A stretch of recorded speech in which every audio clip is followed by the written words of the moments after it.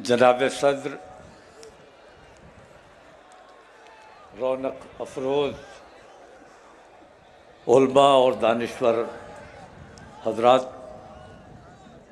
और हाज़रीन जलसा, अस्सलाम वालेकुम वरहमतुल्लाहि वबरकातुहू।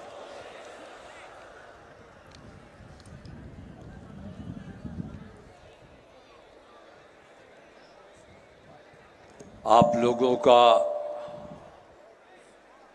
ये शौक़, ये जज्बा देखकर जी चाहता है कि घंटों बात की जाए, लेकिन बहुत से मेहमानों को आपको सुनना है। इस वक्त मेरी हाज़री और मेरी मौजूदगी को मेरी ताईद और हिमायत समझें कि मुल्क के इत्तेहाद, मिल्लत के इत्तेहाद में जहाँ जिस वक्त जैसी ज़रूरत पेश आएगी, इंशाअल्लाह तौक़ीर नहीं बल्कि पूरी बरेली आपके साथ नज़र आएगा। और मैं बरेली की बात नहीं कर रहा हूँ बल्कि पूरी बरेलवियत की बात कर रहा हूँ।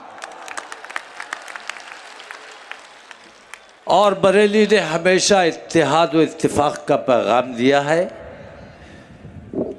अपने मुल्क की वफादारी का पैगाम दिया है, मोहब्बतों का पैगाम दिया है। लेकिन कुछ फ़िरका परस्त ताकतें और हमारे मुल्क की मौजूदा हुकूमत की पॉलिसी हमारे मुल्क में, हमारे मुल्क के इत्तेहाद में रखना अंदाज़ी पैदा करने की कोशिश कर रही है। मैं देख रहा हूँ कि किसी ने जुर्म किया, उसको जुर्म मान लिया गया, पार्टी से बरतरफ कर दिया गया। जब जुर्म मान लिया गया तो उसे गिरफ्तार किया जाना चाहिए कि नहीं किया जाना चाहिए? और मैं पूरे दावे के साथ कहता हूं कि जब तक गिरफ्तार नहीं करोगे ये कौम मानने वाली नहीं है। लेकिन सरपरस्ती की जा रही है इसलिए कि उसने मुल्क का नुकसान नहीं किया है, मुसलमानों का नुकसान किया है, मुसलमानों की दिल आज़ारी किया है। तो मुसलमानों को ऊपर जुल्म ढाया जा रहा है, मुसलमानों के बच्चों पर गोलियां चलाई जा रही है, मुसलमानों का सताने का काम किया जा रहा है, मुसलमानों को जेल में डालने का काम किया जा रहा है, लेकिन उस एक को गिरफ्तार नहीं किया जा रहा है। इस अन्याय के खिलाफ पूरा मुल्क खड़ा है, इस अन्याय के खिलाफ। और मैं मुसलमान भाइयों से नहीं, मैं देख रहा था, सब कुछ समझ रहा था, लेकिन बेईमानी का साथ दे रहा था। उसका नाम था धृतराष्ट्र। याद है, आप लोगों ने भी सुना होगा। आज कलयुग का धृतराष्ट्र नरेंद्र मोदी जब तक इन तमाम बेईमानियों के खिलाफ आवाज नहीं खोलेंगे तब तक हिंदुस्तान का माहौल ठीक नहीं किया जा सकता। और हम चाहते हैं कि किसी भी कीमत पर हमारे मुल्क का माहौल खराब नहीं होना चाहिए। हम अपने मुल्क के लिए जान देने का जज्बा रखते हैं, लेकिन रसूल आजम की शान पर अगर गुस्ताखी की जाएगी तो किसी कीमत पर बर्दाश्त नहीं करेंगे। हमने बहुत बर्दाश्त किया है। हनुमान चालीसा तुमने हमारी मस्जिदों के आगे पढ़ा, हमने सब्र किया। हनुमान चालीसा हिंदू को पढ़ना चाहिए, अच्छी बात है, पढ़ो। जय हनुमान ज्ञान गुण सागर पढ़ो। हिंदू नहीं पढ़ेगा तो कौन पढ़ेगा? लेकिन तू हनुमान के लिए नहीं पढ़ रहा था, तू मुसलमान को सताने के लिए पढ़ रहा था। हमने बर्दाश्त किया क्योंकि हम अमन पसंद है, अपने देश में अमन चाहते हैं। तुमने हमारी मस्जिदों के मीनारों पर भगवा लहराया, जबरदस्ती की, हमने सब्र किया, हमने जवाब नहीं दिया। बताओ ठीक है कि गलत है? हमने कभी जवाब नहीं दिया। सब्र करने वाले हैं, हमारा ईमान है कि अल्लाह सब्र करने वालों के साथ है। हमने तुम्हारी हर बेईमानी, हर जुल्म, हर ज्यादती को बर्दाश्त किया। तुमने खुद बम मारे, मुसलमानों पर इल्जाम लगाया। मैं ये पूछता हूं कि वो जो बम पूरे हिंदुस्तान में 2014 से पहले फूटा करता था, वो बम आज कहां गायब हो गया? अब कहीं बम इसलिए नहीं फूटता है कि जो बम मारने वाला था वही आज हुकूमत पर बैठा हुआ है।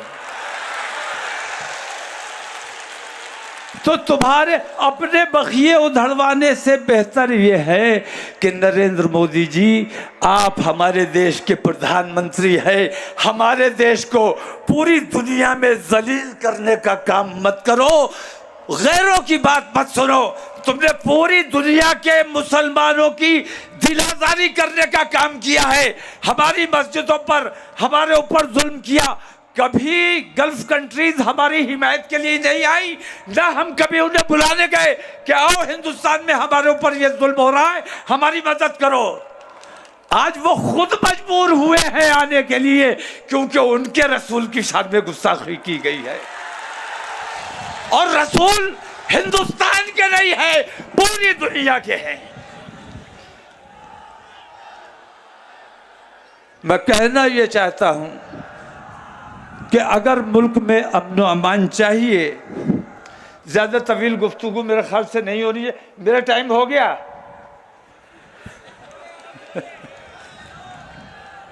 नहीं, ज्यादती नहीं होनी चाहिए। जो निज़ाम बनाया गया है उस निज़ाम के मुताबिक काम होना चाहिए, और जो एजेंडा तय किया गया है उस एजेंडे के मुताबिक गुफ्तगू की जानी चाहिए। यहाँ मैं देख रहा हूँ कि ख़वातीन का भी बहुत बड़ा मजमा है, और मैंने भी बरेली में 17 तारीख को, यहाँ मैं सद्भावना के हवाले से एक बात कहना चाहता हूँ कि बरेली में मैंने जुमे को 10 जून को अपना प्रोग्राम रखा था एहतजाज का, लेकिन 10 जून को गंगा दशहरा हिंदू समाज का एक बड़ा त्योहार है, बड़ा प्रोग्राम होता है। तो हमने ये सोचा कि असल में लड़ाई तो आस्था की है। अगर उन्होंने हमारी आस्था को ठेस पहुंचाई है, हम बेचैनी महसूस कर रहे हैं, तो कम से कम हम उनकी आस्था का ख्याल कर लें। हमारा दिन फिक्स नहीं है, हम जुमेरात को भी कर सकते हैं, इतवार को भी कर सकते हैं। एहतजाज करना है, नरेंद्र मोदी को बताना है कि तू बेईमानी कर रहा है, इस बेईमानी को तर्क करते। तो हमने अपना प्रोग्राम के हिंदू समाज की महिलाएं भी निकलेंगी, बच्चे भी निकलेंगे, बूढ़े भी निकलेंगे।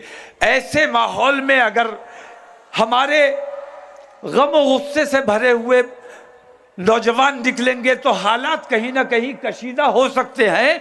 तो हमने एकता और भाईचारे का पैगाम देने के लिए अपनी 15 दिन की मेहनत को जाया किया, और हमने कहा कि हम जुमे को प्रोग्राम नहीं करेंगे ताकि इन हिंदू भाइयों का प्रोग्राम आसानी से हो जाए। ये हमारा मिजाज है, क्योंकि हम जानते हैं इज्जत दोगे तो इज्जत पाओगे, बदतमीजी करोगे तो बदतमीजी का जवाब भी तुम्हें देना आता है, और दे सकते हैं। लेकिन हम देना नहीं चाहते, क्योंकि हम अपने देश में अमन रखना चाहते हैं। और अगर तुम अपने देश से प्यार करते हो, अगर तुम अपने देश के गद्दार नहीं हो, तो तुम्हें भी अमन का साथ देना चाहिए, भाईचारे का साथ देना चाहिए, इत्तेहाद का साथ देना चाहिए। मुसलमानों से नफरत करने का मतलब यह है कि तुम अपने देश से नफरत करते हो, अपने देशवासियों से नफरत करते हो। हम तो इस देश का हिस्सा है। मेरा मानना यह है कि हिंदुस्तान की रग रग में मुसलमान दौड़ता है, गली गली में मुसलमान पाया जाता है, और मुसलमान की रग रग में हिंदुस्तान खून बनकर दौड़ता है। तो मुसलमान को हिंदुस्तान से अलग नहीं किया जा सकता और हिंदुस्तान से मुसलमान को अलग नहीं किया जा सकता। तो जो हमें सताने का काम करता है, ये समझ लेना कि असली देशद्रोही वही है।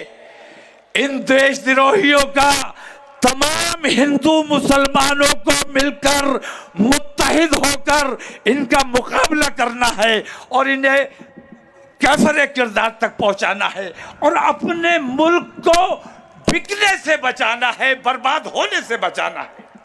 हम अपने देश से प्यार करते हैं। भारतीय जनता पार्टी वालों से हमें उतनी ही नफरत नहीं है जितना हमें अपने देश से प्यार है। हम भारतीय जनता पार्टी वालों के खिलाफ इसलिए नहीं है कि वो मुसलमानों से दुश्मनी करते हैं, बल्कि हम भारतीय जनता पार्टी के खिलाफ इसलिए हैं कि वो हमारे देश को नुकसान पहुंचाने का काम कर रहे हैं।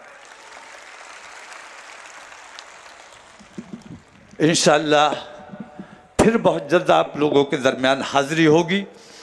यहाँ ख़वातीन का बहुत जमावड़ा है। एक बात मैं हर जगह कहता हूँ और इतनी इस्लाह मैं अपने उलमा जो ज़िले ज़िले जाते हैं, एक तो ये कि ये हमारे उलमा जब सफ़र पे निकलते हैं, हिंदुस्तान का माहौल आपने देखा है कैसा है। इन्हें किन किन नफरत भरी निगाहों से गुजरना पड़ता है। तबलीग दीन के लिए जाते हैं और नफरतों से गुजरना पड़ता है, इसलिए नहीं कि ये दाढ़ी वाले टोपी वाले हैं, बल्कि इसलिए कि आमतौर से मुसलमान अपनी शनाख्त छुपा के घूम रहा है। मुसलमान हो तो मुसलमान नजर आना जरूरी है, मुसलमान बन के रहना जरूरी है, मुसलमानों जैसे अमाल जरूरी है। स्पेशल अटेंशन भी चाहिए कि हमें मुसलमानों जैसी इज्जत हो। और अमाल तुम्हारे ये है कि जो बेईमानों के अमाल है वो तुम्हारे अमाल हैं। ख़वातीन हजरात से मैं दरख्वास्त करना चाहूँगा कि मोबाइल बेशक हमारी ज़रूरत बन गई है, आज वक्त की ज़रूरत है, मोबाइल के बगैर काम नहीं चलता है, लेकिन अपने टीनेजर्स बच्चों को, कमसिन बच्चों को मोबाइल देना अगर ज़रूरी है, लैपटॉप देना अगर ज़रूरी है, तो इतना ज़रूर करो कि उसमें उन बच्चों को पासवर्ड मत डालने दो। कम से कम हफ्ते में 1-2 बार उनके मोबाइल को, उनके लैपटॉप को चेक ज़रूर करो, क्योंकि हमने देखा है बहुत से हमारे पास ऐसे वाक़यात और ऐसे मुकदमात आते हैं जिसमें हम ये देखते हैं कि माँ बाप ने अगर अपनी बच्चियों को मोबाइल न दिया होता तो शायद ये दिन देखना नसीब ना होता। मोबाइल कान के ज़रिए अज़ान हो रही है। चलिए, अस्सलाम वालेकुम, खुदा हाफ़िज़।